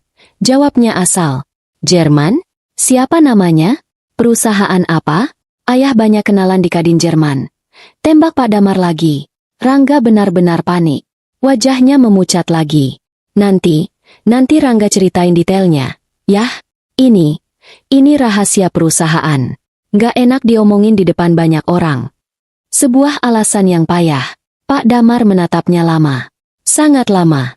Lalu dia mengangguk pelan. Baik. Hanya satu kata itu. Tapi rasanya seperti vonis. Pak Damar mungkin belum tahu kebenarannya. Tapi dia curiga. Rangga terlihat sedikit lega karena lolos dari interogasi ayahnya. Dia mulai sedikit santai. Dia bahkan mengambil sepotong ayam opor ke piringnya. Dia pikir dia aman. Saat itulah aku memutuskan untuk bergabung dalam percakapan. Aku meletakkan sendok dan garpuku dengan pelan. Aku menoleh ke Rangga, memasang ekspresi paling manis dan polos. Wah, hebat ya, Mas, kataku. Suaraku terdengar jelas di tengah meja makan. Rangga menoleh padaku. Kaget. Dia tidak menyangka aku akan bicara padanya. Aku melanjutkan. Suaraku masih sama ringannya. Hebat banget proyeknya. Pasti sibuk sekali. Yah, pantas aja Mas Rangga butuh refreshing. Keluarga yang lain mendengarkan, tersenyum, mengira ini obrolan manis sepasang kekasih. Ngomong-ngomong soal refreshing, lanjutku. Restoran yang kita datangi minggu lalu itu mewah sekali loh, Mas. Mata Rangga membelalak ngeri. Dia tahu kemana arah ini. Dia mencoba memberiku tatapan. Diam atau kau akan menyesal. Aku mengabaikannya. Aku berbalik sedikit ke arah Ibu Karina dan Pak Damar. Iya, Bu, Pak. Restoran di Hotel Bintang 5. Yang sama teman-teman Mas Rangga itu. Loh, yang namanya Reza dan Farel. Rekan kerja hebatnya di proyek besar itu. Rangga mulai berkeringat dingin. Dia bisa merasakan tatapan ayahnya beralih padanya. Oh ya? Kata Ibu Karina. Terdengar senang. Wah, Rangga pintar sekali memanjakan kamu, Wulan. Oh, sangat memanjakan, Bu, kataku. Makanannya enak sekali. Sembai. Aku berhenti sejenak, seolah sedang mencoba mengingat sesuatu. Sampai-sampai tagihannya berapa ya, Mas, kemarin? Aku menoleh ke Rangga lagi, mataku berkedip polos. Oh, iya, yang tagihannya sampai 5 juta itu.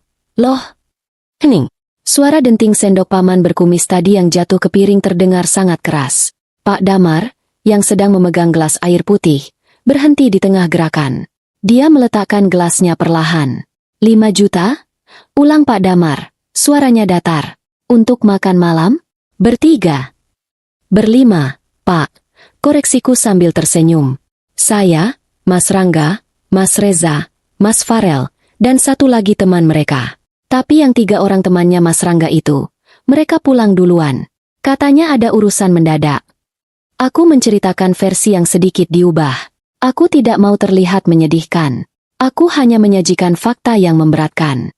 Wajah Rangga kini bukan hanya pucat. Warnanya putih keabu-abuan. Dia gemetar. 5 juta. Ulang Pak Damar lagi. Kali ini nadanya lebih berat. Dia menatap lurus ke arah putranya. Rangga. Semua orang di meja makan itu diam. Mereka tahu sesuatu yang besar sedang terjadi. Rangga membuka mulutnya. Menutupnya lagi. Dia seperti ikan di daratan. Yah, itu. Dia tergagap. Itu meeting klien. Yah, iya. Meeting sama klien. Jadi, dibayar kantor. Tentu saja dibayar kantor. Itu kebohongan yang bagus. Dalam situasi normal, itu kebohongan yang sangat bagus. Cepat dan meyakinkan.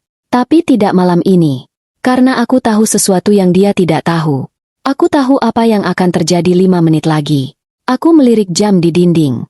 Pukul 8 kurang 2 menit. Oh, kataku lagi, seolah baru sadar. Dibayar kantor, ya? Tapi, Mas bukannya malam itu. Mas Rangga bilang.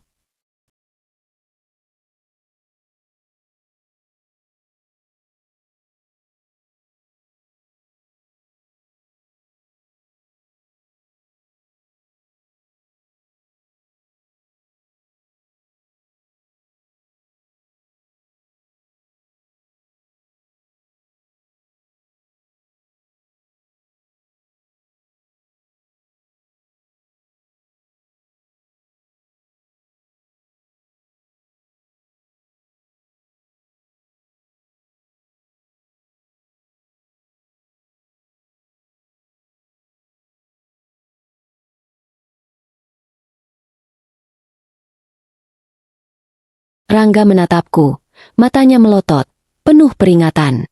Jangan teruskan. Tapi aku tersenyum. Mas Rangga kan bilang malam itu, kita putus. LED akan. Suara Ibu Karina yang tercekat terdengar. Apa-apa, nak? Putus. Seluruh meja kini menatapku. Lalu ke Rangga. Lalu ke aku lagi. Rangga setengah berdiri dari kursinya. Wulan, apa maksud kamu? Teriaknya. Akhirnya kehilangan kendali. Loh? Aku memasang wajah bingung. Bukannya Mas Rangga yang bilang di restoran itu? Mas bilang, jujur, Wulan, aku rasa kita nggak cocok. Mas bilang aku, penampilanku, norak. Lalu Mas pergi, kan? Ninggalin aku bayar tagihan 5 juta itu. Aku mengatakannya dengan nada sedih. Bingung, seperti korban yang tidak mengerti apa-apa. Rangga. Suara Pak Damar kini menggelegar. Bukan lagi pertanyaan. Itu adalah raungan. Enggak, yah, enggak. Dia bohong. Teriak Rangga. Kini panik. Dia gila. Dia nggak terima aku putusin makanya dia ngacau di sini. Ini dia. Persis seperti yang sudah kuduga. Dia akan membalikan fakta. Dia akan membuatku terlihat gila. Aku menunduk. Bahuku bergetar seolah aku akan menangis. Tapi, Bu, Ibu sendiri yang undang aku. Ibu bilang, ada kabar gembira. Anak kurang ajar. Pak Damar membentak Rangga. Dia bohong. Yah, sumpah, dia. Tepat saat suasana tegang itu mencapai puncaknya, saat Rangga sedang menunjuk-nunjuk wajahku dan menyebutku gila, bel pintu berbunyi. Suara bel itu nyaring, memecah ketegangan seperti pisau. Semua orang terdiam. Bunyi lagi. Kali ini lebih mendesak.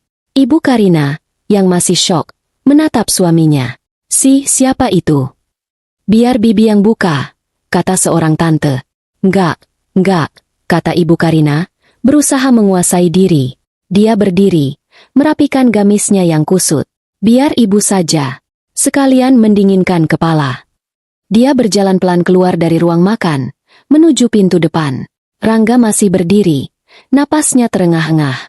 Matanya masih menatapku penuh kebencian. Dia pikir dia baru saja lolos dari satu masalah, dan sekarang harus menghadapi masalah baru. Dia tidak tahu bahwa masalah baru itu adalah masalah yang sama. Kami semua di ruang makan mendengar suara Ibu Karina di depan. Selamat malam, cari siapa? Ya. Lalu suara pria. Suara yang gugup, tapi jelas. Suara yang ku kenal. Selamat malam, Bu. Maaf mengganggu malam-malam. Saya Arga, rekan kerja Rangga. Jantungku berdebar kencang. Tepat waktu. Rangga, yang mendengar namanya disebut, menoleh ke arah pintu. Wajahnya bingung. Arga. Oh, temannya Rangga. Suara Ibu Karina terdengar sedikit lebih ramah. Silakan masuk. Mas, maaf, kami lagi ada acara keluarga. Tidak usah, Bu. Maaf sekali. Saya cuma mau antar ini. Ada dokumen mendesak dari Pak Hendra, bos kami. Harus ditandatangani Rangga untuk hari Senin pagi. Di ruang makan, aku melihat Pak Damar. Alisnya terangkat. Seorang rekan kerja mengantar dokumen di hari Sabtu malam? Itu dedikasi yang tinggi. Oh, begitu, kata Pak Damar. Suaranya kembali tenang. Dia berdiri. Bu, suruh Mas Arga masuk saja. Nggak enak di depan pintu. Sekalian ayah mau kenalan. Ibu Karina kembali ke ruang makan, diikuti oleh sosok yang membuat jantung Rangga serasa berhenti berdetak. Arga. Dia berdiri canggung di ambang pintu ruang makan. Dia masih memakai kemeja flanel yang sama yang dipakainya saat lembur. Tas ranselnya masih tersampir di satu bahu. Di tangannya, sebuah map coklat besar berlogo perusahaan. Dia terlihat sangat tidak pada tempatnya di tengah pesta keluarga yang mewah ini. Wajah Arga pucat. Dia jelas gugup setengah mati. Tapi dia ada di sini. Dia menepati janjinya. Rangga menatap Arga seolah dia melihat hantu. Mulutnya terbuka. Arga, lo, ngapain lo di sini? Pertanyaan itu terdengar kasar dan panik. Pak Damar melangkah maju, mengabaikan putranya. Dia mengulurkan tangan ke Arga dengan ramah. Saya Damar, ayahnya Rangga, kata Pak Damar. Maaf merepotkan, Mas. Sabtu malam begini harus mengantar dokumen. Arga menjabat tangan Pak Damar dengan gemetar. Arga, Pak, nggak apa-apa. Pak, kebetulan saya tadi lembur maintenance server. Dan Pak Hendra bos kami titip ini. Katanya penting sekali. Ah, Pak Hendra, kata Pak Damar, mengangguk-angguk. Itu atasan kamu langsung, Rangga? Rangga tidak menjawab. Dia hanya menatap Arga dengan tatapan membunuh. Silakan, Mas Arga. Duduk dulu. Minum dulu, tawar Ibu Karina, mencoba menjadi tuan rumah yang baik di tengah kekacauan. Tidak usah, Bu, Pak. Terima kasih. Saya cuma mau serahkan ini. Arga mengulurkan map coklat itu ke arah Rangga. Rangga tidak mengambilnya. Tangannya terkepal di sisinya. Ambil, Rangga, kata Pak Damar. Suaranya tenang tapi tajam. Dengan gerakan enggan, Rangga merebut map itu dari tangan Arga. Ya, makasih. Lo boleh pergi. Usir Rangga. Rangga, tegur Ibu Karina. Nggak sopan. Tidak apa-apa, Bu, kata Arga cepat-cepat. Tugas saya sudah selesai. Saya permisi. Tunggu dulu, Mas Arga, kata Pak Damar. Arga, yang sudah setengah berbalik, berhenti. Pak Damar tersenyum ramah. Senyum seorang pebisnis yang sedang mengumpulkan informasi. Saya terkesan. Anak buah yang berdedikasi seperti ini pasti aset berharga. Pak Damar menepuk bahu Arga pelan. Oh, jadi kamu ini salah satu anak buahnya Rangga di tim pemasaran? Yang ikut proyek besar dari Jerman itu. Itu dia. Pertanyaan jebakan. Aku menahan napas. Seluruh ruangan hening. Semua kerabat kini menjadi penonton. Arga tampak bingung. Dia menatap Pak Damar. Lalu menatap Rangga. Tim pemasaran. Ulang Arga. Wajahnya menunjukkan kebingungan yang jujur. Iya, kata Pak Damar. Masih tersenyum. Rangga kan manajer pemasaran, kan? Arga menelan ludah. Ini adalah momen yang tidak ada di skenario kami. Pak Damar menginterogasinya langsung. Rangga menyadari bahayanya. Yah, udah. Arga mau pulang. Dia capek. Diam kamu, Rangga, bentak Pak Damar. Matanya tidak beralih dari Arga. Jawab, Mas Arga. Arga membetulkan letak kacamatanya. Dia menatap lantai. Lalu dia mengangkat kepalanya, menatap lurus ke Pak Damar. Maaf, Pak.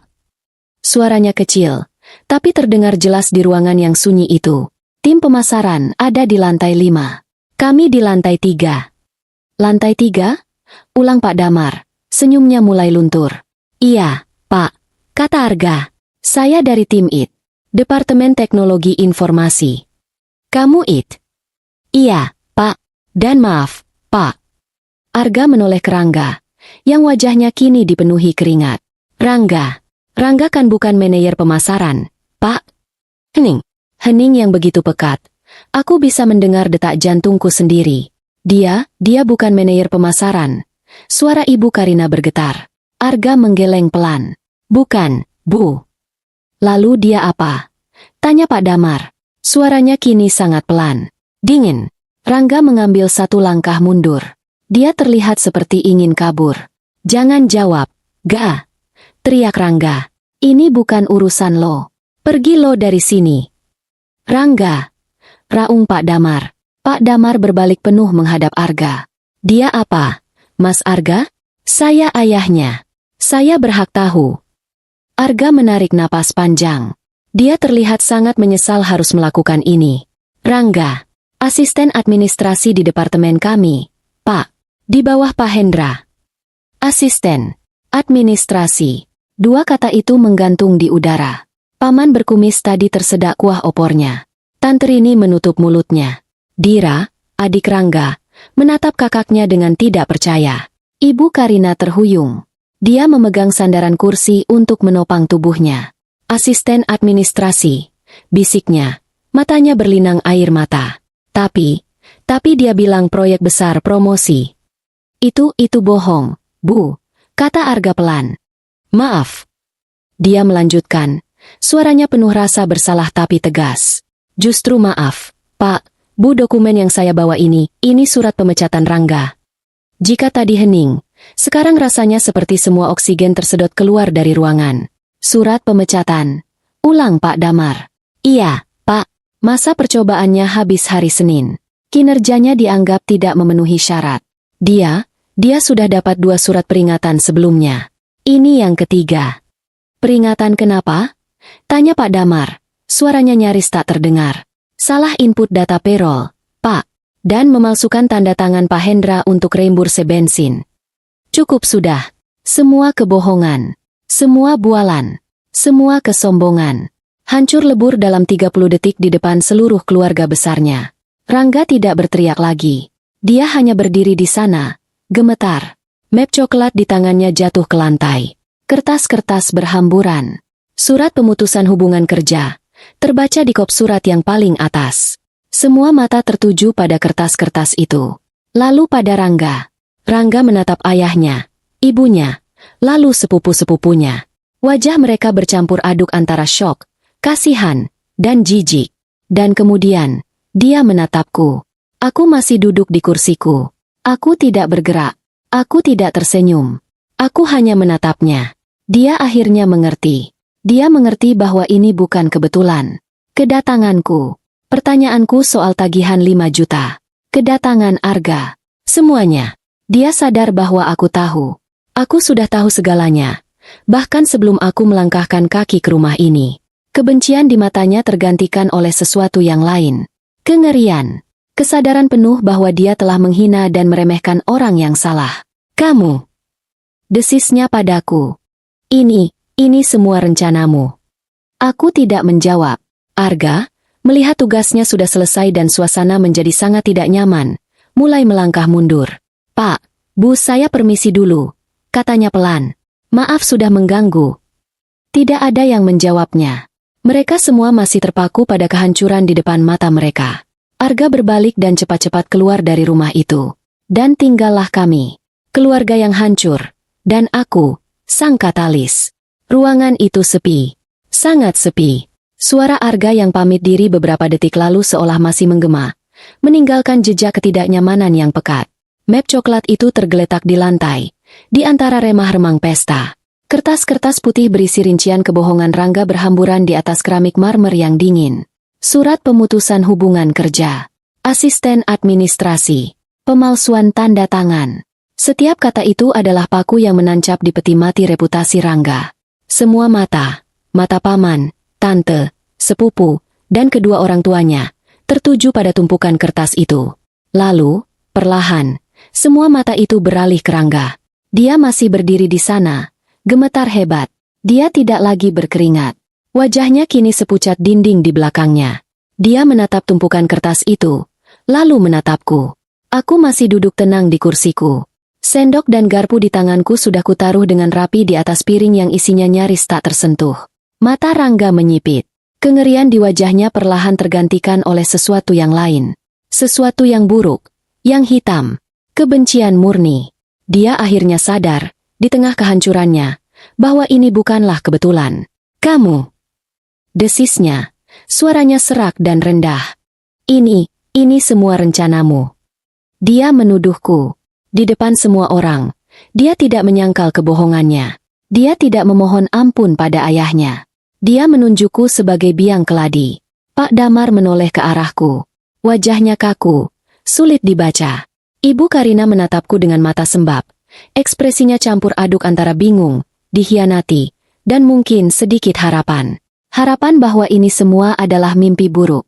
Harapan bahwa aku, Wulan yang manis, akan berkata ini semua salah paham.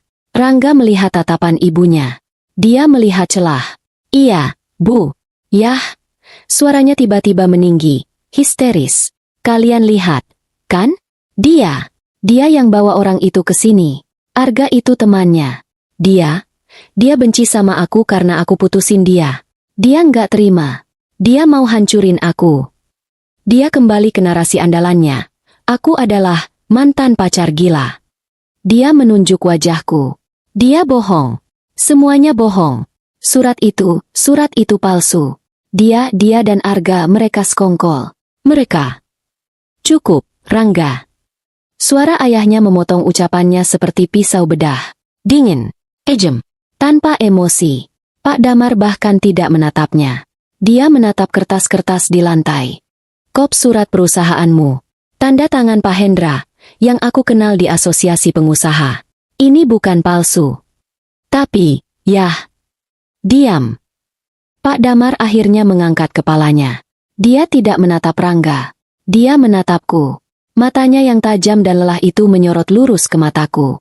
Dia tidak bertanya. Dia menunggu. Dia telah mendengar versi Arga.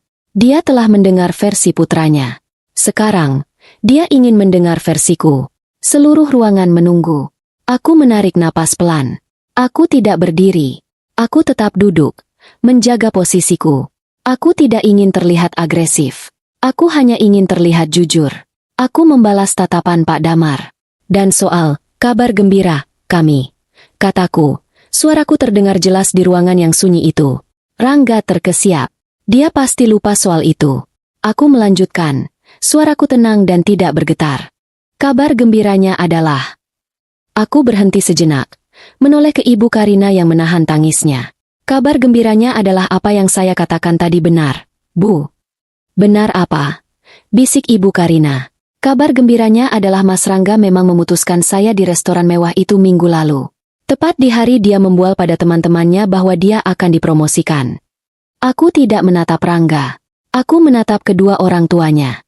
Aku berutang penjelasan pada mereka, bukan padanya. Dia bilang, lanjutku, saya jelek, penampilan saya norak, dan saya tidak selevel dengan dia, seorang manajer pemasaran yang akan segera sukses. Setiap kata, jelek, dan norak, keluar dari mulutku tanpa emosi. Aku menyajikannya sebagai fakta, bukan sebagai keluhan.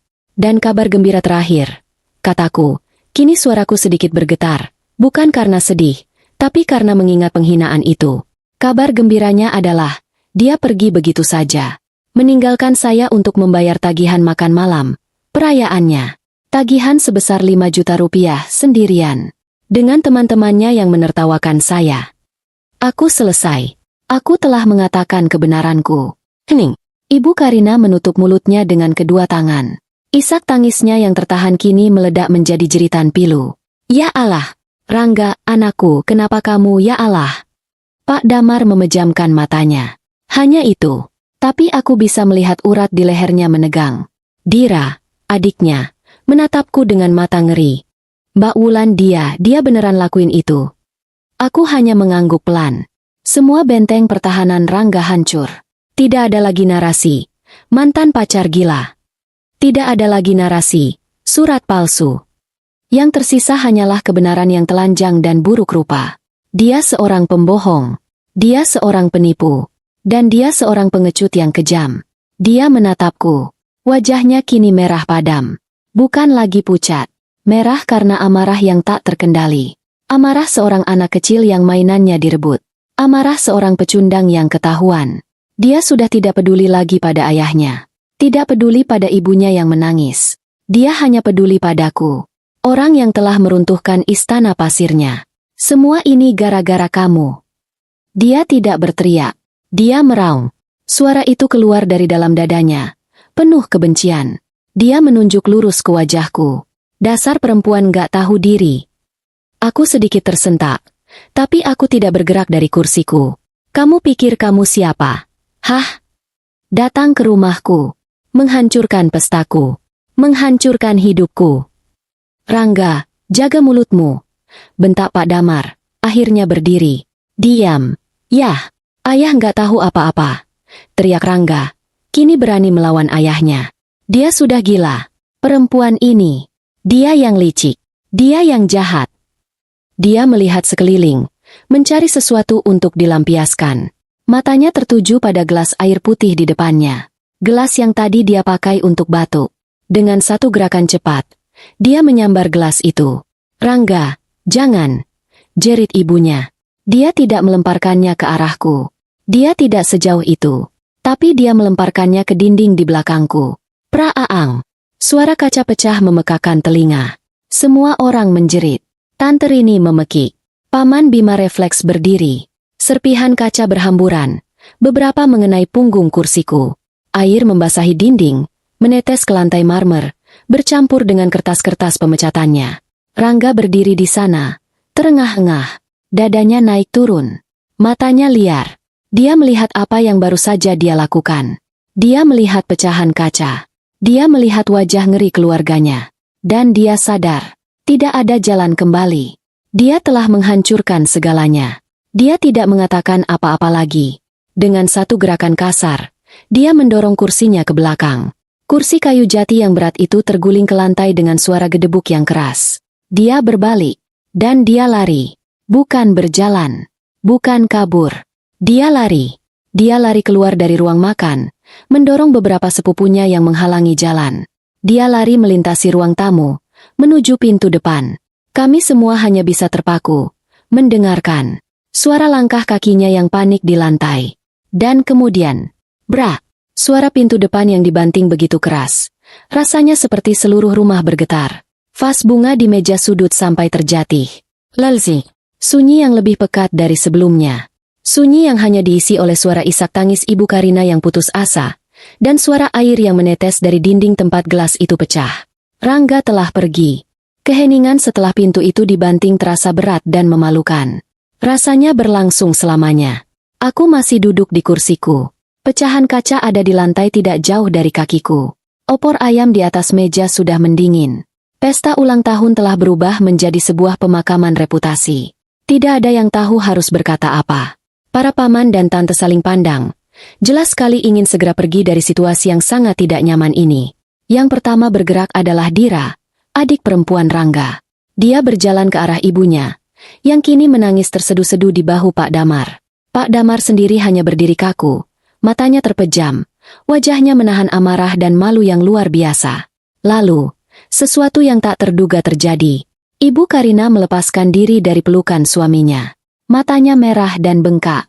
Dia berjalan melewatiku, membuatku berpikir dia akan menyuruhku pergi. Tapi dia tidak berhenti.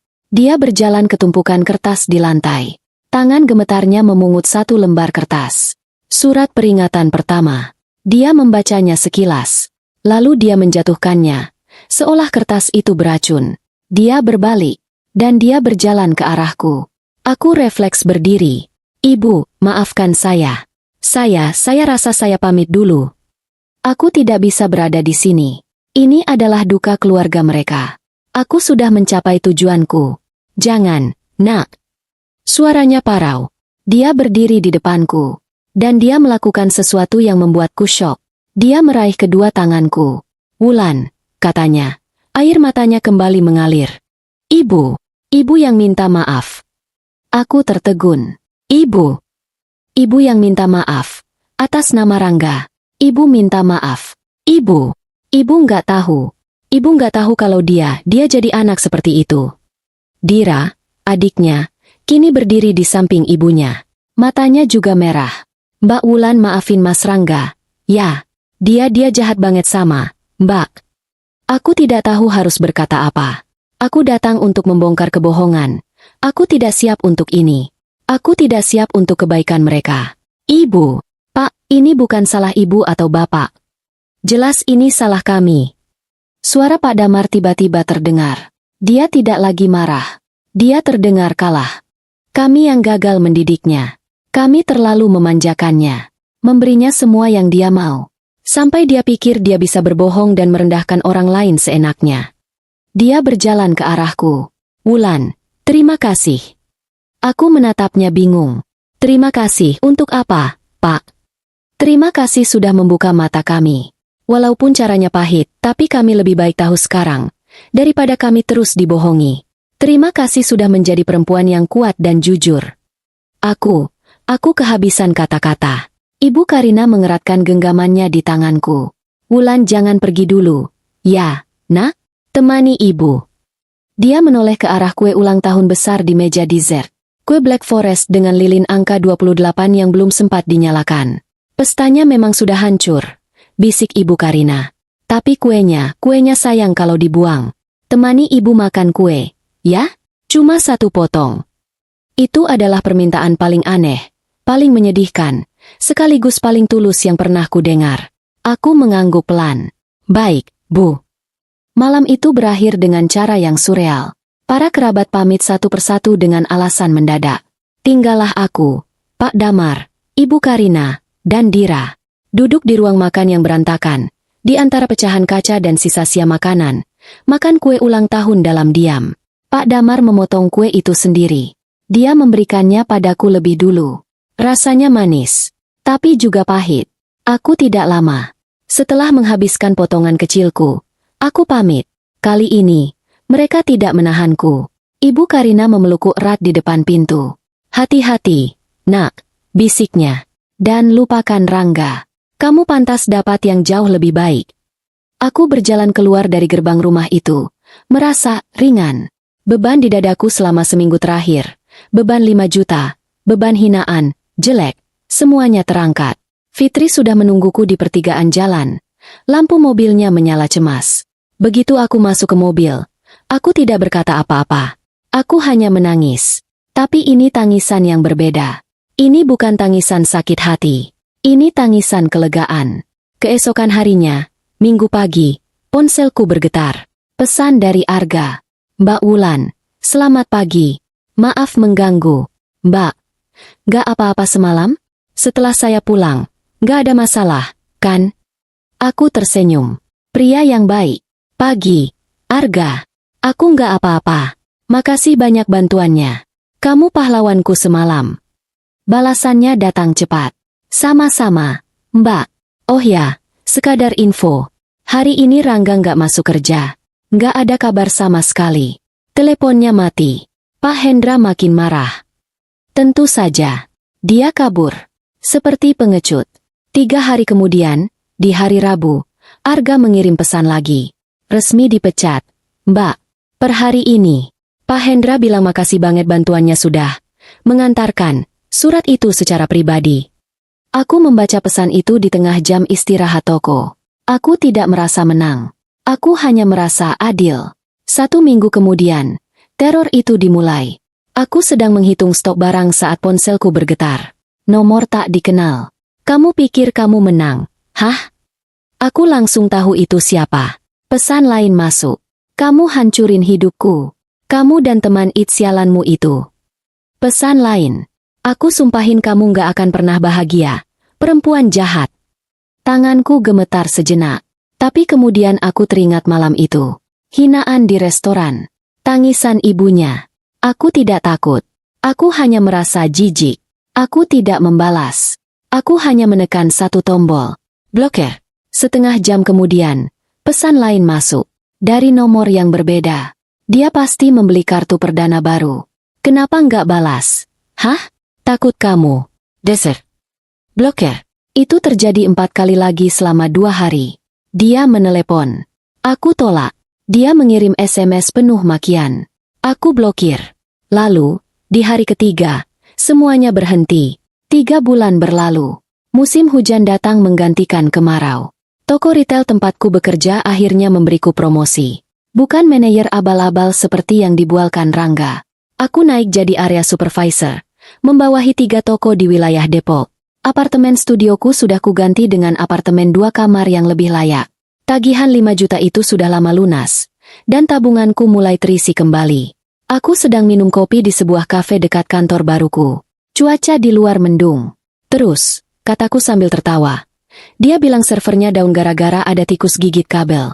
Tikus? Di ruang server? Nggak masuk akal banget. Pria di depanku tertawa. Dia menyesap cappuccino-nya. Ya, itu alasan klasik, Mbak, kata Arga. Kalau udah mentok, Salahin tikus atau cuaca. Kami bertemu sesekali. Setelah malam itu, Arga dan aku, kami menjadi teman. Hanya teman. Tidak lebih. Kami terikat oleh rahasia aneh malam itu. Dia akan cerita soal dunianya. Dunia kabel dan coding. Aku cerita soal duniaku. Dunia diskon dan keluhan pelanggan. Ngomong-ngomong, kata Arga tiba-tiba, seolah baru teringat. Aku dengar kabar. Kabar apa? Tanyaku. Soal dia, kata Arga, enggan menyebut nama. Fitri yang cerita. Katanya dengar dari anak kantor lama. Dia pindah keluar kota. Jauh. Oh ya. Iya. Katanya sih ke Sumatera. Tinggal sama kerabat jauh ayahnya. Dia malu di Jakarta. Nggak ada perusahaan yang mau terima dia setelah tahu kasus pemalsuan